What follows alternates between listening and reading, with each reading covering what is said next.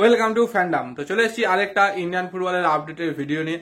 তো অনেক আপডেট তো রয়েছে, সেগুলো তো অবশ্যই দেবো, কিন্তু তার আগে যেটা প্রথমেই বলা, যেটা এখনো অব্দি সাবস্ক্রাইব করনি তো অবশ্যই কিন্তু সাবস্ক্রাইব করো, তার সাথে বেল আইকনটাও ক্লিক করে দিও রেগুলার নোটিফিকেশন পাওয়ার জন্য। এবং যারা আমাদের ফেসবুক এবং ইনস্টাগ্রাম পেজটাও ফলো করনি অবশ্যই কিন্তু ফলো করে দিও রেগুলার নোটিফিকেশন পাওয়ার জন্য। ওখানে কিন্তু টুর্নামেন্ট ট্রায়ালসের আপডেটগুলো পোস্ট করি, যদিও এই মুহূর্তে ট্রায়ালসের কোনো আপডেট নেই। তো প্রথমেই আসি ইন্ডিয়ান ন্যাশনাল টিমের কথায়। তো ইন্ডিয়ান ন্যাশনাল টিমের তো কোয়ালিফায়ার ছিল হংকংয়ের সাথে, এবং সেখানে অ্যাজ ইউজুয়াল অনবদ্য পারফরমেন্স ন্যাশনাল টিমের, এবং হংকংয়ের কাছে কিন্তু 1-0 গোলে হেরে গেছে। যে হংকং কিন্তু নেপালকে হারাতে মানে সামর্থ্য হয়নি তো তাদের কাছে, এবং শেষ মুহূর্তের একটা পেনাল্টিতে কিন্তু ইন্ডিয়া হেরে যায়। এবং কিছুটা ব্লান্ডার তো অবশ্যই সেটা ভিশালকে এদের বলতেই হবে, কারণ ওখানে 3জন ডিফেন্ডার ছিল, তো ও এগিয়ে এসে ফিস্ট করে এবং প্লেয়ারের সাথে কন্ট্যাক্ট হয়, তো সেই জায়গা থেকে কিন্তু পেনাল্টি দেয় এবং পেনাল্টিতে সুন্দর একটা ফিনিশ। তো যাই হোক, বাট আশিক কুরুনিয়ান যেটা মিস করেছে সেটা নিয়ে কিছু বলার নেই। হয়তো আইএসএল হলে ওটা গোলে কনভার্ট হয়ে যেতে পারতো, বাট ওখানে হয়তো অত প্যাক গ্যালারি, সেটা হয়তো মানে কিছুটা নার্ভ ফেল করেছে বা সেই কনফিডেন্সটা পায়নি। তো যাই হোক, যদি ওইটা গোল হয়ে যেত তাহলে হয়তো রেজাল্ট অন্য হতে পারতো।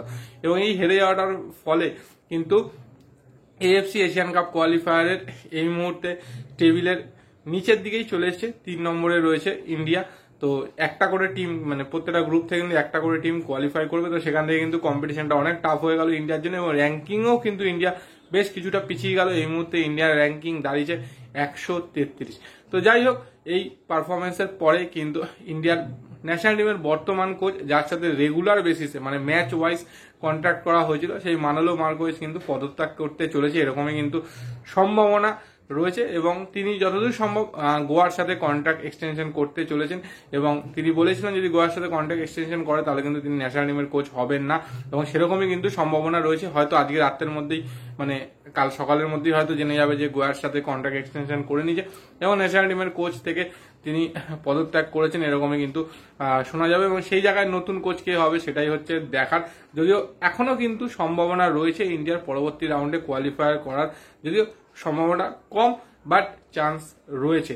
এবং এর পরিপ্রেক্ষিতেই বলে রাখি যে আগামী 13 তারিখ মানে আগামী কাল কিন্তু এআইএফএফ এর প্রেসিডেন্ট কল্যাণ চৌবে কিন্তু প্রেস মিট করবেন, এবং সেখানে তিনি কিছু ইন্ডিয়ান ফুটবল নিয়ে ব্রিফিং কিন্তু দেবেন। তো কি বলে সেটাই হচ্ছে দেখার। তো যাই হোক, এবার চলে আসি কলকাতা ফুটবল লিগের কথায়। তো কলকাতা ফুটবল লিগ তো একদম দোরগোড়ায় চলে এসছে, এবং এই বছর কলকাতা ফুটবল লিগে একটা কিন্তু অভূতপূর্ব ঘটনা ঘটতে চলেছে। আমরা গত বছর কিন্তু দেখেছিলাম যে সাদ্দান সমিতির, গত বছর কি তার আগের বছর, সাদ্দান সমিতির সহকারী কোচের দায়িত্বে ছিলেন কিন্তু সুজাতা কর, যে সুজাতা কর কিন্তু ইন্ডিয়ান ওমেন্স লিগে শ্রীভূমিকে নিয়ে অসাধারণ একটা পারফরমেন্স করেছেন। সেই সুজাতা করই কিন্তু এইবার প্রথমবারের জন্য প্রিমিয়ার ডিভিশনে পুরুষ দলের হেড কোচ হিসাবে কিন্তু নিযুক্ত হয়েছেন, এবং অবশ্যই সেটা সাদ্দান সমিতি। তো এটা কিন্তু সাদ্দান সমিতি ক্লাবের পক্ষ থেকে সৌরভ পাল বা জিনিয়া রায়চৌধুরী যারা রয়েছেন তাদের তরফ থেকে বলবো এটা কিন্তু অসাধারণ উদ্যোগ, একজন মহিলা কোচকে কিন্তু পুরুষ টিমের মেন দায়িত্ব দেওয়া, এবং সেই কিন্তু টিমটাকে পরিচালনা করবেন। তো এটা কিন্তু অসাধারণ, এবং সাদ্দান সমিতি কিরকম পারফরমেন্স করে সেটাও কিন্তু দেখার বিষয়। তো এগুলো তো ছিল আপডেট মোটামুটি কলকাতা লিগ বা যেগুলো নিয়ে। তো এবার আসি বাকি যেই আপডেটগুলো রয়েছে সেগুলোতে। তো ট্রান্সফার মার্কেট তো এই মুহূর্তে খুবই জলজল করছে, মানে দোলাচলে ভুগছে, কে কোন দিকে যাবে, কে কার টিমে আসবে। সেরকম যেরকম মেহতাব সিংকে নিয়ে চলছে, সেরকম অভিষেক সিংকে নিয়ে চলছে। অভিষেক সিং কিন্তু যথেষ্ট ভালো পারফরমেন্স করে এসছে, তো অভিষেককে নিয়েও শোনা যাচ্ছে টানাপোড়েন চলছে এই মুহূর্তে ইস্টবেঙ্গল মোহনবাগানের মধ্যে, এবং পাঞ্জাব চাইছে ওকে রেখে দিতে বা ওকে ছাড়লে একটা হাই ট্রান্সফার ফিস দিয়ে ছাড়তে। তো সেখান থেকেই দেখা যে ইস্টবেঙ্গল মোহনবাগান অভিষেক সিং এর জন্য কতটা কি অল আউট যায় বা কতটা ওকে নেওয়ার জন্য ঝাঁপায়, এরকম কিন্তু শোনা যাচ্ছে। এছাড়া আরো বেশ কিছু প্লেয়ারের সাথেই কিন্তু যোগাযোগ চালাচ্ছে, যেরকম ইস্টবেঙ্গল ম্যানেজমেন্টও চালাচ্ছে, সেরকম মোহনবাগান ম্যানেজমেন্টও চালাচ্ছে। মোহনবাগান হয়তো ডোমেস্টিক সাইনিং খুব বেশি হাইফাই কিছু এবছর হয়তো করবে না, বাট বিদেশি কিন্তু অবশ্যই কিছু কোয়ালিটি বিদেশি বা বলা যায় মার্কি প্লেয়ারও কিন্তু সাইন করাতে পারে ACL 2 এর জন্য। তো সেই জায়গা থেকে কিন্তু অবশ্যই মোহনবাগান ম্যানেজমেন্টের দিকে নজর রাখতে হবে। আর ইস্টবেঙ্গল চাইছে যতটা ভালো ভাবে ডোমেস্টিক সাইনিং করানো যায়, এবং বিদেশির খোঁজ তো অবশ্যই চলছে। এখনো অব্দি মাত্র দুজন বিদেশির সাথে কনফার্ম হয়েছে, একজন হচ্ছে মিগুয়েল পেরেইরা আর একজন হচ্ছে মোহাম্মদ রশিদ, এই দুজনই মোটামুটি কনফার্ম হয়েছে। বাকি কিন্তু এখনো জায়গা খালি রয়েছে, যদি সবাইকে রিটেন করা হয় তাহলে কিন্তু আর বিদেশির দরকার নেই, কিন্তু একজন দুজনকে রিলিজ করা হবে শোনা যাচ্ছে। তো সেই জায়গায় মোটামুটি আরো দুজন মতো বিদেশি কিন্তু ইস্ট বেঙ্গলে আসতে চলেছে, এবং সেটা কোন কোন পজিশনে এবং কে কে হয় সেটাই কিন্তু দেখার। যদি এই দায়িত্বটা কিন্তু আপাতত রয়েছে থংবই সিংতর কাঁধে, তো তিনিই কিন্তু চেষ্টা করছেন বা খোঁজখবর চালাচ্ছেন বিদেশি কিভাবে চলে। যেমন আগের দিন বলেছিলাম যে কাতার লিগের একজন বিদেশির একটা রিউমার উঠেছে, তো সেইগুলো তো এরকম বিভিন্ন রিউমার রয়েছেই কাতার লিগ বা সৌদি লিগের, তো সেখান থেকে আসে কিনা না অন্য কোনো দেশ থেকে আসে সেরকমই কিন্তু দেখার। কারণ অন্যান্য দলগুলো কিন্তু মোরক্কান প্লেয়ারকে নিয়ে আসছে, যেরকম নর্থ ইস্ট কিন্তু একজন মোরক্কানকে সাইন করেছে, তো এগুলো কিন্তু খুবই এফেক্টিভ সাইনিং। তো সেই জায়গা থেকে যদি সবকিছু ঠিকঠাক থাকে তো আশা করা যায় যে ইস্ট বেঙ্গলে কিন্তু ভালো বিদেশি আসার সম্ভাবনা এবছর রয়েছে।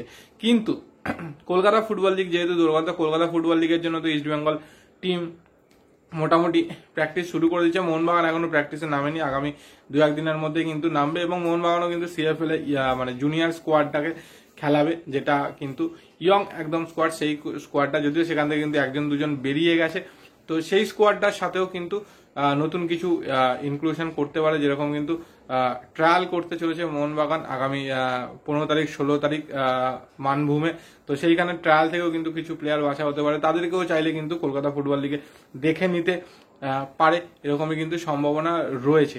এর সাথে বলে রাখি মোহামেডানও কিন্তু গতকাল থেকে কিন্তু প্র্যাকটিস শুরু করেছে, এবং তাদের এবার সিএফএল এর দায়িত্বও কিন্তু থাকবে হচ্ছে মেহরাজউদ্দিন ওয়ারু, তিনিই কিন্তু কোচের দায়িত্ব সামলাবেন।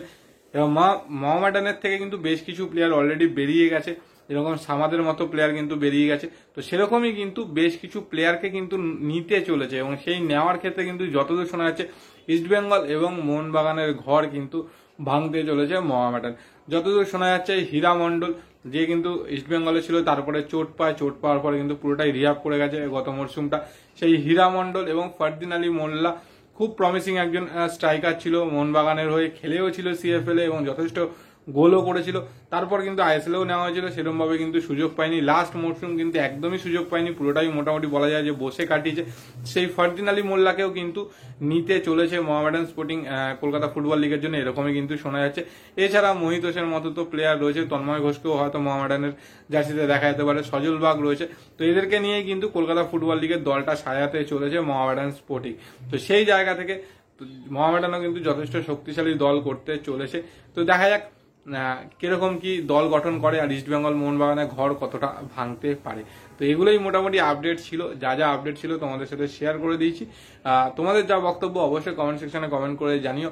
আর এখন চেষ্টা করছি রেগুলার বেসিসে ভিডিও দেওয়ার, তো অবশ্যই যারা নতুন ভিউয়ার্স চ্যানেলটা সাবস্ক্রাইব করো, তার সাথে বেল আইকনটা ক্লিক করে দিও রেগুলার নোটিফিকেশন পাওয়ার জন্য। তো চলো আজকের মতো টাটা।